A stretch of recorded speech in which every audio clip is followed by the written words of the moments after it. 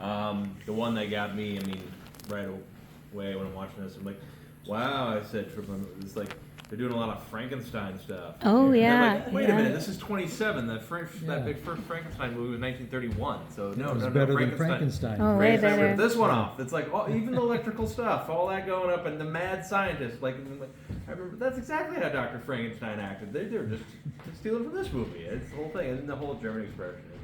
It's like, oh, okay, that's how they did it. Like just a few years earlier, they all saw Metropolis, and they're like, all right, we gotta take this. That's how we do it. That's how we make a Frankenstein movie. And I was looking up reviews. One of the things that shocked me is like how the contemporaries who saw this film, writer H.G. Wells was still alive, and he saw this movie, and he did a review of it, and he criticized it because he's like, oh, this is a ripoff of Mary Shelley. Come on, he saw the Frankenstein stuff. He thought it was kind of silly. He's like, they're not embracing the weird machine stuff of it enough. But, That was only a small part of it. yeah. One of the things, though, that this movie came out because it was a pretty blunt, simple message, and that was probably one of the early criticisms of the film. It was like, it's too simple. What are you doing? You know, that last line that, you know, the head and the hands must unite at the heart. You know, later on, Fritz Lang, who directed this film, like he was much later in life. He said maybe that was a little bit too simplistic. I don't know. Even he was a little like maybe that was some of the problems. That's one of the interesting things about this movie is because so many people have different perspective of what happened when it was released in 1927 when people first saw it. Did people immediately say, this is a classic, it's great, it's the most wonderful thing ever?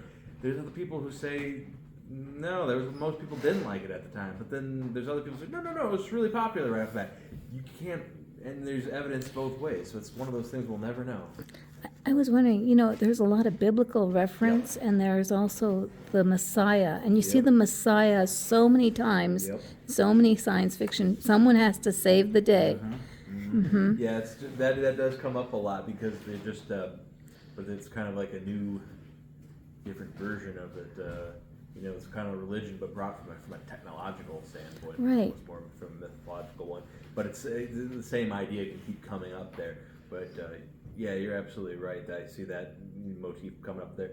But that actually does bring a thought to my head that kind of made me, because the movie kind of goes a different direction than I thought it would be, actually, because of the Messiah references that they have in here.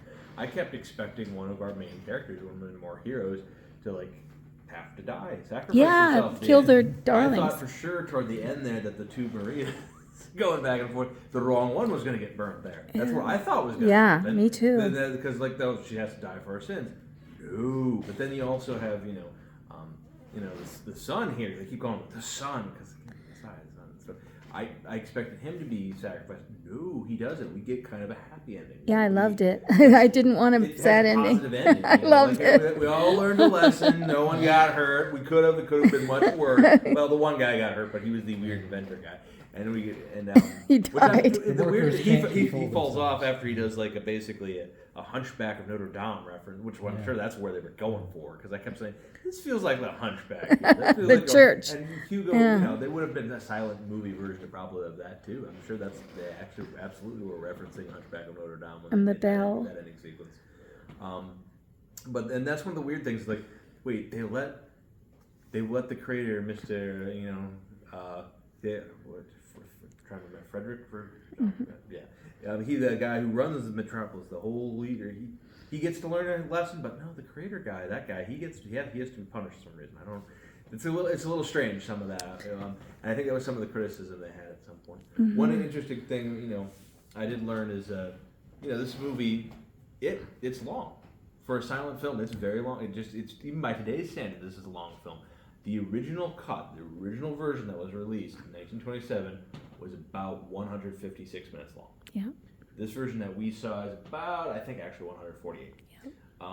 The restored version. But there's been so many cuts of this film. And they were cutting it from the very beginning, because when it first came out, the producers of the studio that released this film, they're like, we got to cut some of this. This is really long. This is going to be a problem.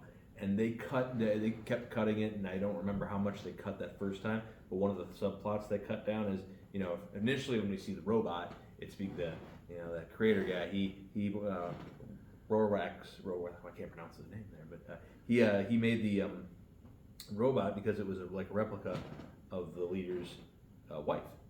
that's kind of, and her name was Helen or Hell, or they called it like that. That got cut. There was no reference to the wife at all in the original. After that was like the first thing they cut because actually, and it's because we acknowledged it. Like her name Hell is too similar to the English language version of Hell, so they didn't want to confuse. They thought that might confuse people.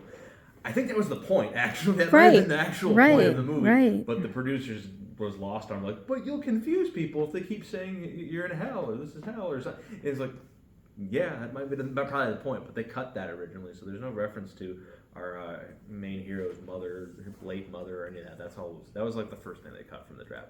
But there was other subsequent cuts over the years, and probably one of the more extreme cuts was later on, about around 1936. By the time the Nazis are in full power in Germany, they cut the stuff they didn't like too, and the movie got cut down to 91 minutes. That was a 91-minute cut of it, and that was the one that was most seen for the longest time, which was the sad part of it. It took the longest time to find it. And I did notice when we started this movie, the movie opened with like where they found, and they found them in Argentina. I believe it. And I'm like, of course they did, because the movie's it's a German film. Where did a lot of them? They went to absolutely. Argentina after World War II. A lot of the German nationals escaped or went there, and that's like, oh, that's why they found it there. Okay, I get it now. And they might have even the missing parts. Those might have been. That could have. I wouldn't be surprised if that's why they were in there. It's because the people who cut them, the Nazi censors, they are the ones who were only ones who had access to that. Where did they go after when they went to Argentina? Probably. That it could be possible. I don't know. It's one of those things we'll probably never know in the back of our heads there. But I know another thing that caused issue, it bothered Fritz Lang a lot, is shortly after the movie, he found out later in life that Goebbels, Hitler's propaganda guy, they liked the movie. They liked Metropolis, and they says Hitler wanted Lang to make his propaganda films, and that almost became the case. But Lang was like, no, he went completely other way, and some of his other movies were more obvious about his distaste for the Nazis later on.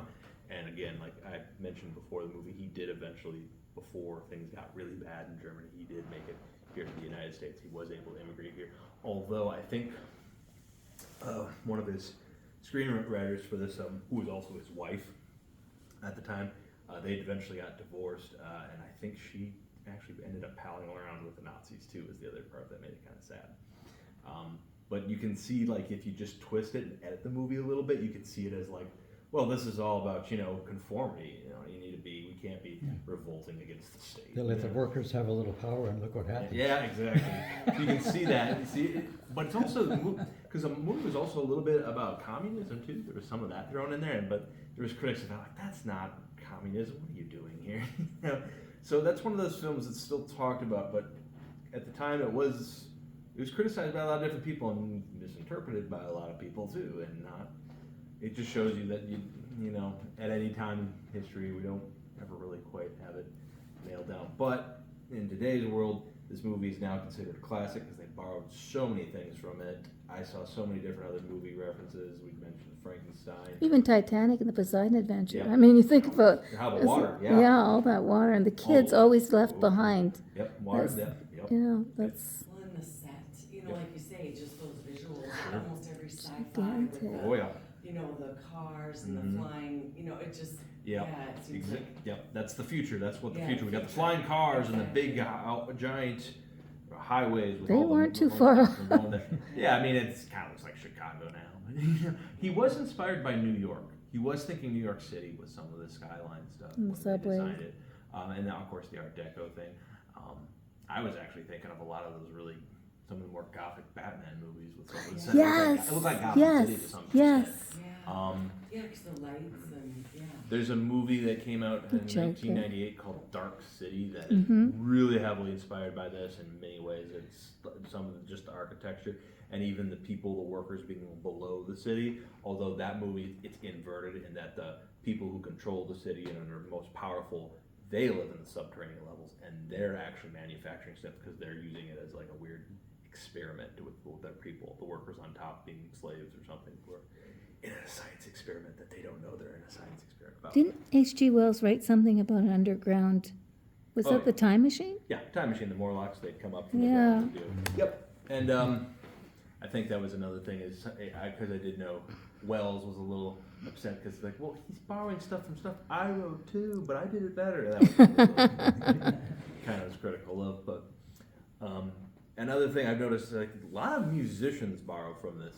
Oh, Like, in yeah, terms of the music theme videos, music, you see yeah, some dun, David dun, Bowie, dun, his Diamond Dogs, Yep. this is it. Queen did some stuff. That some of the Even- imagery, like there's so many. John Williams. Yep. Well, John Williams. Well, one of the things, the robot we have in this movie, that's what kind of the initial inspiration for C-3PO's design. Of course, So there's a yes. similarity you can see, especially if you see the original drawings that were done for Star Wars. Oh my God, C-3PO looks like almost identical to that robot. So Now, there's- do you ever see Hollywood Graveyard's YouTube channel, Hollywood Graveyards? Well, they had them going to Europe, and you can see her grave site, Oh, Bridget really? Helm, yeah. And apparently she went back home. From Germany, she went back to Sweden, and she had a career, but she didn't stay in Germany. oh, okay. Yeah. Well, yeah, that was the weird thing is just what happened to a lot of these people. The lead actor here, our main protagonist here, I did notice that he continued to act through the 50s, but he was in Germany. So I'm like, wait, you stayed in Germany through all of that and had a continued acting career and were popular throughout. All right. Amazing. But I think the movie probably gave him some safety because, like, well, we can't hurt the guy who was in Metropolis. But that's how it kind of goes. But That was good, though. yeah, thank you guys for showing up and sitting through this longer than normal film. But it was fun.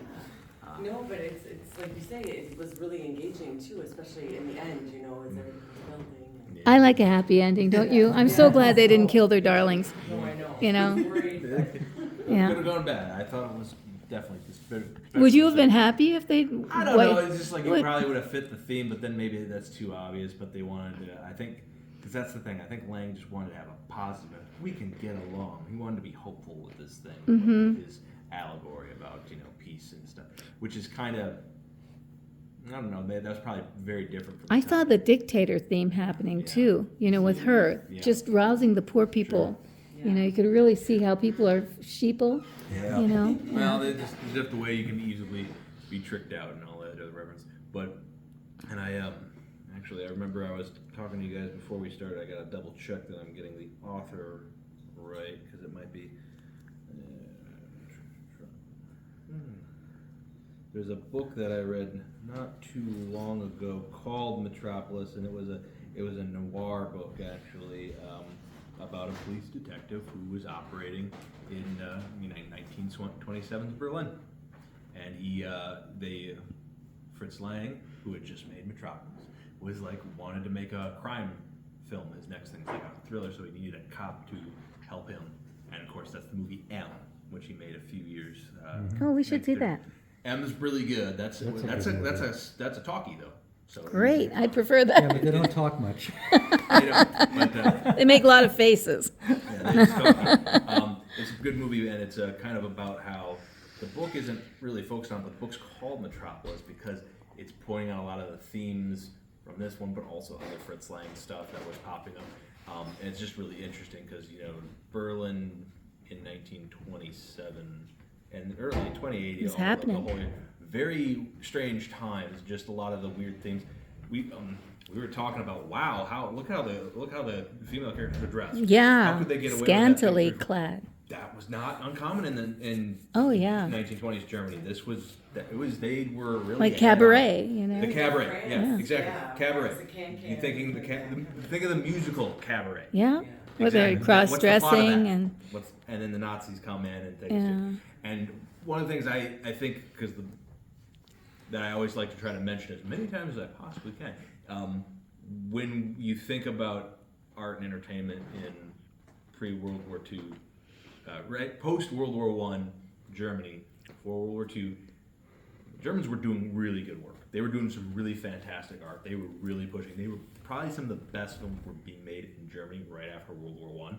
They really were. They could have been the best, but the Nazis screwed that up basically.